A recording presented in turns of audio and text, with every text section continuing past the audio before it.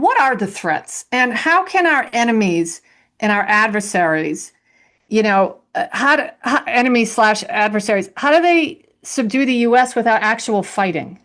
What does that look like? Yeah, so that quote that you just mentioned, that it's a quote from Sun Tzu, right? This Sun Tzu wrote The Art of War, and he said that the supreme art of war is to subdue your enemies without fighting. When you ask about like what are the threats to the grid, we when I first started this, we considered four threats. We now have six. Okay, I'm going to start with the latest two, the most recent threats that have been added to the portfolio of risks to our grid. One of them is government policies.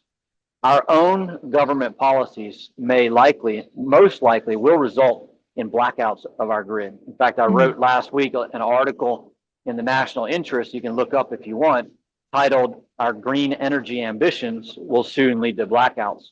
And that's because what we decided to do was to shut down, again, through our government policies, whether it's EPA policies or at the state level, we've decided to shut down large baseload power generators like nuclear and coal and natural gas and fossil fuel generators, and instead apply a lot of wind and solar generation systems to the grid. Let me just say, I don't have anything against wind and solar. I think they're absolutely fabulous forms of generation for small, localized microgrids, things that are off the big bulk power grid.